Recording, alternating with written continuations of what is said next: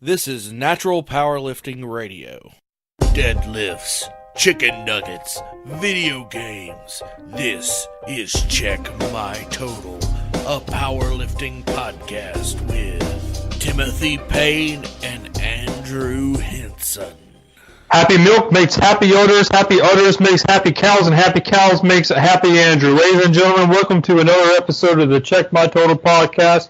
It's me and your boy T-Payne, and we're going to be talking about some common deadlifting mistakes. Yeah, I don't know how many meets we go to, how many videos we watch on Instagram, how many people we just see up in the gym that are trying to deadlift, and you look at them and it's like, man, they're going to break their back. They're going to break their back, or who knows what, break their bicep. Yeah, so when I say common deadlift mistakes, what's the first thing that pops into your brain? The first thing that pops into my brain is probably just the kind of the cat back, where people have their back just all bent over and they're stiff-legged, and they're trying to move the weight like that. Just terrible positioning. Yeah, that's pretty good, because I didn't even think about that. Yeah. The first thing I think of are people that before they even try to start their deadlift, they're like 6 inches or even more away from the bar, like their shins. Oh, yeah. So we'll see people all the time that come to the meets, and like I just said, you know, if you're sumo, you want that bar right against your shins, like the flat of your shins, and if you're conventional, you want that bar over your midfoot. So then that way, when you bend over, it's against your shins. Yeah, I think that's a huge problem. It wasn't too long ago, some guy in the gym actually grabbed me, some random dude, and was like, "Can you look at my form?" And that was one of the things. He had like a mile to travel before he got to the actual bar. Yeah. So, and what that does is, you know, when you have, generally, if you have to bend to reach the bar, like with your knees, that means your knees are generally way over past the bar. And so, like, your legs, like, first off, you can't even see the barbell anymore. All you see is your knees and your legs. Right. So, and then what happens then is generally what you have to do is generally what happens is your butt shoots up, and you end up in kind of that cat position trying to pull. Yeah, and that's the next thing I was going to say. Another mistake that we see all the time are people's butts either starting way too low or starting way too high. Yeah. And, you know, it's your starting position, like you said, if you approach the bar conventionally, your bar should be over your midfoot, and unless you got really long legs and you're like a super tall person, then you might could afford to, you know, maybe step back a little bit more, but you'll probably still be over your midfoot. Because generally, you know, if you're taller, some taller people like a little bit of a wider conventional. Yeah. Which is wider by default because, you know, generally they go shoulder width apart, right. Slightly more narrow than that. So sometimes, generally, it evens out sometimes, unless you got someone with just like freakishly long legs. Yeah, I'm trying to remember what we use for our seminars to tell people how exactly to line up, like as far as their butt goes, but I can't remember. I can't remember what we say. Yeah, when I do it, like, if you can kind of get someone in a decent starting position, and then you tell them to pull the slack out of the bar. Yeah, pull the slack out of the bar, and generally that's where your butt should kind of start. Is you pull the slack out, and that's kind of your starting position. And when you pull the slack out of the bar, your butt should be pretty good. Because, I mean, like you said, one of the most common things is, you know, people pull and like their butt shoots up into the position that it was supposed to be in. Yeah, before the bar even leaves the ground. Yeah, and so then you get all out of whack because generally your shoulders come forward, over the bar, and your whole body's a little bit more pitched forward, so the weight swings out a little bit generally, and makes the pull a lot more difficult. But if you start the pull from that hip position, then it won't be so bad, because it's not a squat. Like, you should not be sitting down deep like a squat. Unless it's sumo, you can kind of consider it more like a squat. Yeah, unless it's sumo, then you generally are deeper. But you're still, I mean, at least I'm never like below parallel in my sumo. Oh yeah, no way. So you're still higher than a squat, but yeah, a sumo stance deadlift is a little bit more similar to a squat. And so the other end of that stick, with your hips being too high, kind of like what Andrew alluded to, is your shoulders will be way out in front of the bar if your hips are too high. And the goal is to have your knees, your hips, and your shoulders behind the bar or in line with the bar before you start coming off the ground. Mm-hmm. So yeah, so you can pretty much imagine, if your hips are high, that generally means that you're bent over your torso, which puts your shoulders way out in front of you. Yeah, it makes the pull a lot harder. The closer you can keep that bar to you during the whole entire lift, the easier it is going to be. I talk about fulcrum points a lot, and when trying to, teach somebody about technique and powerlifting. Yeah. If you consider your alignment to the bar, if you're like the base and the bar is your fulcrum point, you want the bar to be as close to your body at all times, especially with this deadlift. So the closer you can keep it to your hips, the stronger and better leverage you'll have to get it off the ground. Man, speaking about hips, yeah, that makes sense. Ahead. It's like that physics problem, Yeah. When you swing the bolt cinder block, it swings and doesn't hit you. Sure. Is that a fulcrum point? I think that's gravity. Well, I was talking to, shout out to Mr. Casey Buddenbaum about his squat. I sent him a little DM. Oh, yeah? He's squatting right now with the bar pretty high on his back. Yeah. And I was saying, once again, going back to the fulcrum point thing, if you have like a bag of bricks and you have it on a stick, is it easier to pick it up if that bag of bricks is in the middle of the stick or all the way at the end of the stick, if you're holding it from the opposite end? Oh, yeah, obviously. So it's easier to pick it up if it's in the middle, right? Yeah. So I was trying to tell him is, if you have a lower bar position, theoretically it's better leverage. It might not feel the best. It might feel kind of uncomfortable on your back, but you'll definitely be stronger that way. Yeah. Than, having the bag of bricks on the end of the stick trying to bend you over. Yeah. So kind of the same way with the deadlift. If the bar is way out in front of you, like we said, 6 inches away from your shins and your hips are high and you're bent over, it's just a really bad position to try to pick up some weight. That's true. I was talking about hips. Did I ever tell you this story about how like this girl at Freed went around telling everyone that like I told a girl at the gym to like sit her hips back when she squats, and like they thought that was a harassment thing.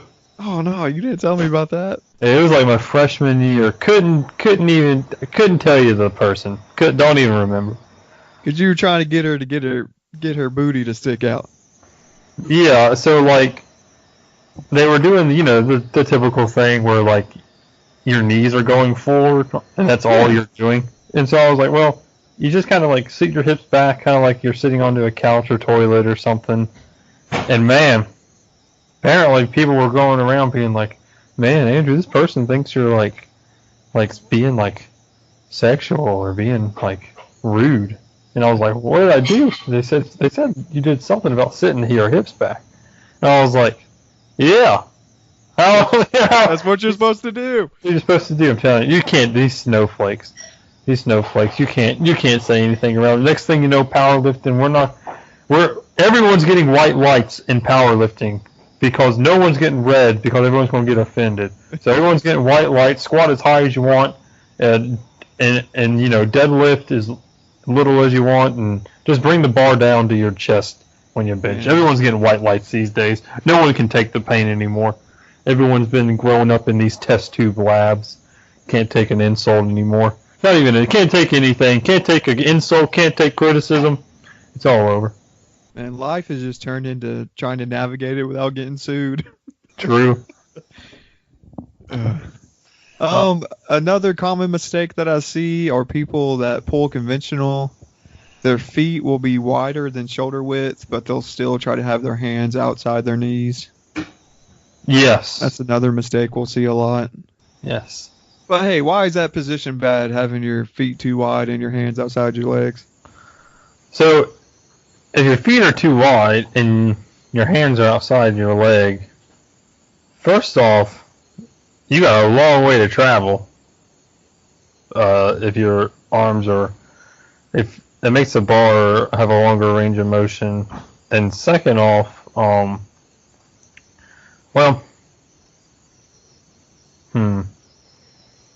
it depends. You might be able to pull it off if you're like 300 or 400 pounds.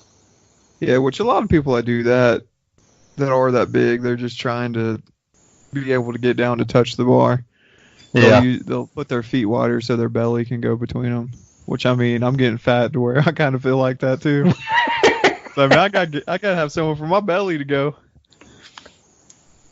Yeah. It's almost like you're doing a snatch grip, kind of.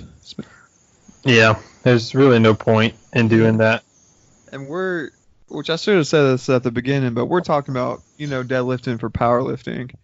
Yeah. So you're trying to shorten your range of motion the best that you can. Yeah.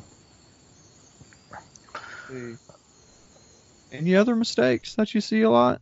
I think that's kind of the big one. I might think of some more. So we've done common mistakes. What are some advanced deadlift tips? Tips? Advanced deadlift tips to help people. I can think of one, and that's this is entering experienced zone. So don't do this if you're not experienced and you haven't been competing. But the upper rounded back deadlift. Yeah, that's what popped into my head. I kind of do it, but at the same time, I'm not strong enough to keep it all the way through my deadlift. Yeah, so what we're talking about is if you want to shorten your range of motion even more and generate maybe some more explosive power from the bottom, you can round your upper back and it'll kind of like pull your shoulders down, not over the bar, but it'll just pull them down. But you keep your mid and lower back pretty straight, like you keep it pretty rigid. Yeah, you're still locked out to where, when you're standing at the top, you still look in line. Yeah. Like, it's not a red light to have quote-unquote rounded shoulders. Like Andrew said, it's more or less you're letting your shoulders, I don't want to say relax because you have to stay tight and static like your upper back. But it's almost like you said that you're pushing your shoulders downward towards your lats. I don't know, y'all. Just Google rounded back deadlift and you'll see what we mean. Like, type in Bob Peoples. He's pretty crazy looking with his rounded back. Yeah. Yeah, that's definitely an advanced technique because, like Andrew was saying, you gotta keep that lower back tight. Your mid back. The mid back is what's key on this rounded shoulders thing. Yep. Because if you flare out like I do, and you get... Okay, let me back up. So with the rounded shoulders, the reason you have rounded shoulders is because, one, it's less you have to pull the bar, but two, that rounded shoulders makes it super explosive coming off the ground when you start pulling. Yeah. Like you can go to 0 to 60 in, half a second. Or whatever's fast to a car, I don't know. Yeah. But once you get it above your knee, which this is what my problem is, I become too rounded to where I'm flared out. Yep. and I'm crunched forward. And a lot of people think at that point you can't get your hips through, when really my problem is I can't keep my upper back static to hold the bar. So that's the problem that you'll get into if you try to do this rounded back thing, is having a real strong upper back. Yeah, because when you get it above the knees, you're not in the most optimal position to push your hips through with that rounded upper back. Yeah. But if you can keep it static to where you don't flatten out like I do, then that's the way to do it.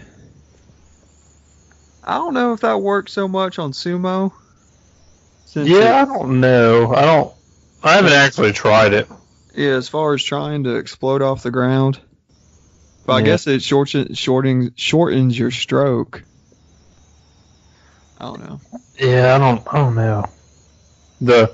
Another advanced deadlift technique is to have a weird spine. One of the craziest deadlifters I've seen is what's his name? Lamar. Is it Lamar Odom, or is that a basketball player? That's a basketball player.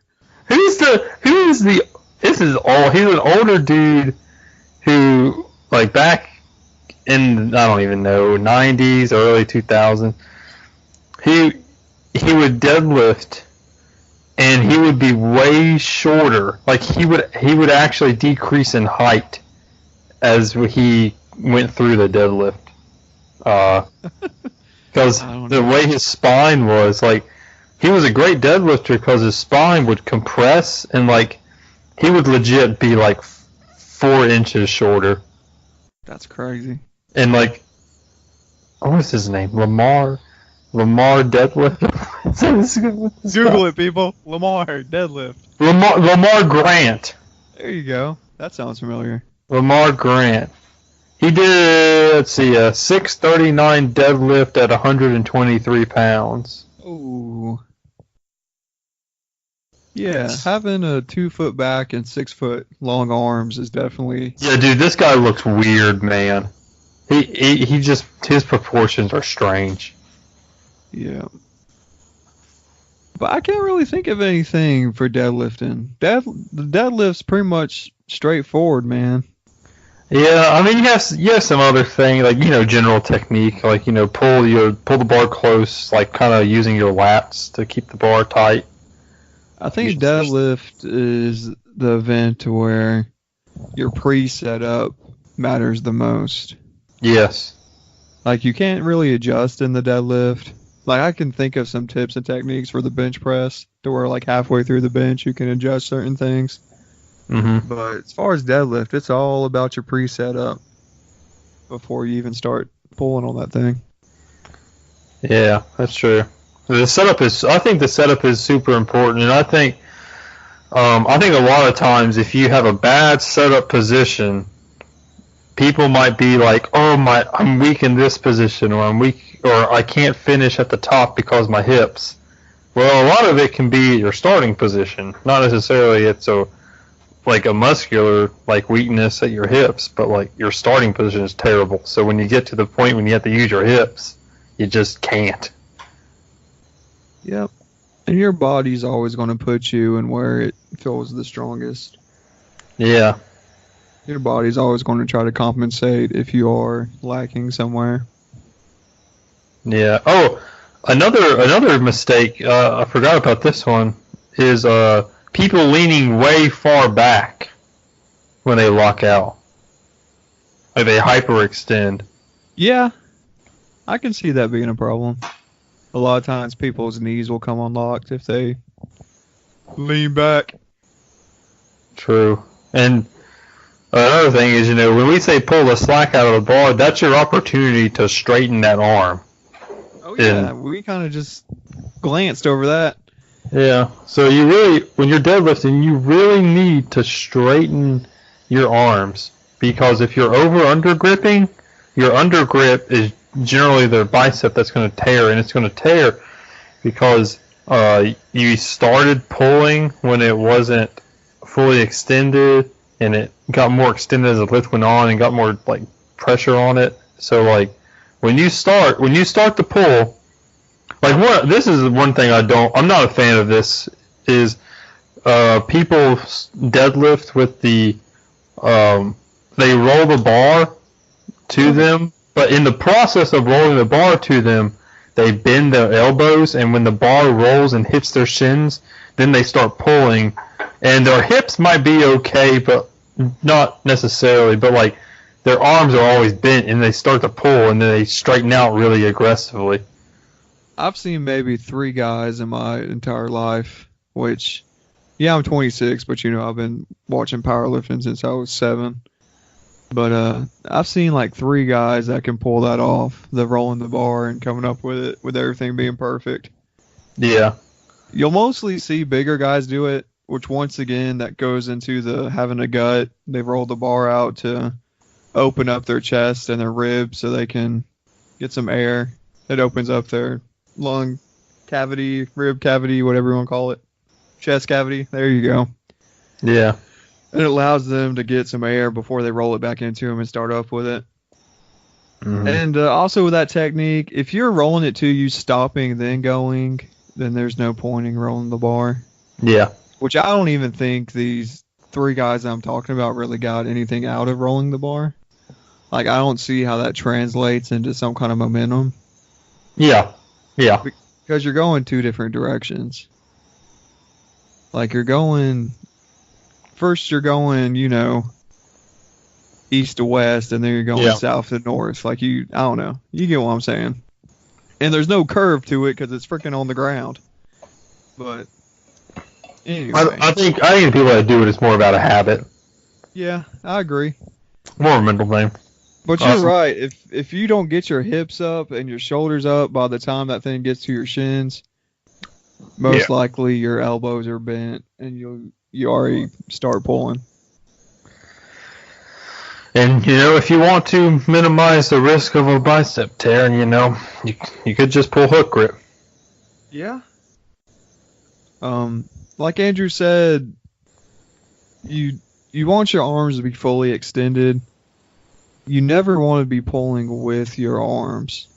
Yeah. We preach this to the people that we train is your arms are just hooks. They're what's holding the bar. You're not trying to, use your biceps and everything to get the bar off the ground. They're just there to have something for the bar to attach to. What's pulling that bar off the ground is your legs and your upper back and your hips. Yep. So and if you can think of your arms, like I said, being as hooks and just straight and sturdy and not going anywhere, then maybe thinking of it that way will help you not bend your elbow and tear something. Yeah. That's a good point. It's just more of a longevity thing. You got to have good technique in order to last. Technique is everything, and it doesn't even matter what sport you're playing. I mean, if you're a lineman playing football, your 3-point stance, your technique's got to be the best. Yeah. It's technique just across the board, no matter what you're playing. Which, other sports you have freaks to where technique don't matter to anybody, but that's a whole different podcast. Yep. You're right. Yeah. But, hey, that's all the mistakes I can think of. Yeah. Oh, wear flat shoes. Yeah. Wear flat shoes. Don't wear running shoes to deadlift. If you're going to wear a heel, which I don't know why you would in the deadlift, because it just throws you on your face. It needs to be hard, like a Olympic shoe, where it's like wood or the really hard plastic. Yeah, I mean, some people argue that they get more leg drive from it, and they say that balances out the longer range of motion, but I don't know. But if you're doing any kind of weight training, you want to wear a hard sole or a flat shoe. Yeah. Because that squishy running shoe, tennis shoe material, you have nothing, you have no foundation. You're trying to pull in quicksand instead of the rock. Wise man built his house upon a rock. That's right. He didn't build it on no tennis shoe. Exactly. So if you're trying to lift something heavy, make sure you got something sturdy underneath you, or else you'll be rolling your ankle. Oh, goodness. And that ain't fun when you got 400 pounds on your back or in your hands. That's true. But yeah, I think that's about all the tips I can think of. Yeah. Common mistakes and whatnot. What kind of message you got to all these mistakers out here? This is what I got for you. Listen up, because this is the primary race, ladies and gentlemen. It don't matter what's happening in 2020. It matters what's happening right now in your life. Ladies and gentlemen, I don't care what you've been doing so far. You've been hitting the gym in your tennis shoes or you've been hitting the gym in your bikini. It don't matter, but you need to learn good form. Because at the end of the day, your good form is what matters. We don't need anyone breaking their biceps or breaking their lower back or being injured. Because trust me, it ain't no fun from that lower back stuff. You know, that stuff stays with you. And, you know, ladies and gentlemen, keep strong, keep carrying on, drink the milk of a cow every now and then. If you're lactose intolerant, I don't know what to tell you. My wife right here just brought me the breakfast burritos. Woo! So I'm going to be eating this. We got the egg, bacon, and cheese all wrapped in a tortilla. Ladies and gentlemen, it's been a fantastic time having you. I wish you the best. And remember the most important thing in life is that there's aliens in Area 51. That's all I got. We're out of here. Up next is the very first Iron Girl Powerlifting Championships. The all-female event will be held at CrossFit Bang Bang in Easley, South Carolina on June 8th. Come out to support all these strong ladies, and if you happen to be one yourself, sign up for the competition at ironboypowerlifting.com. Please subscribe and thank you for listening. Be sure to follow @CheckMyTotal on Instagram for all the latest updates. It's the lovely Becca! Becca, What? say something to the podcast. Come over here. Say something to the podcast. Are you getting nervous? Becca, come over here. What do you... I don't know what to say. No, just come over here. Say something into the mic. Say hello to the guests, everyone. Hey, everybody. Hey, Miss Becca. Did you enjoy your first workout last week? I was pretty sore after it. Yeah? No. What'd y'all end up doing? Just making Andrew his breakfast burrito. Oh, hey, I'm getting food. I think I can't exactly remember. We did some dumbbell benching that did not go the greatest. We did it. Well, hey, it's just workout number one. Yeah, that's true.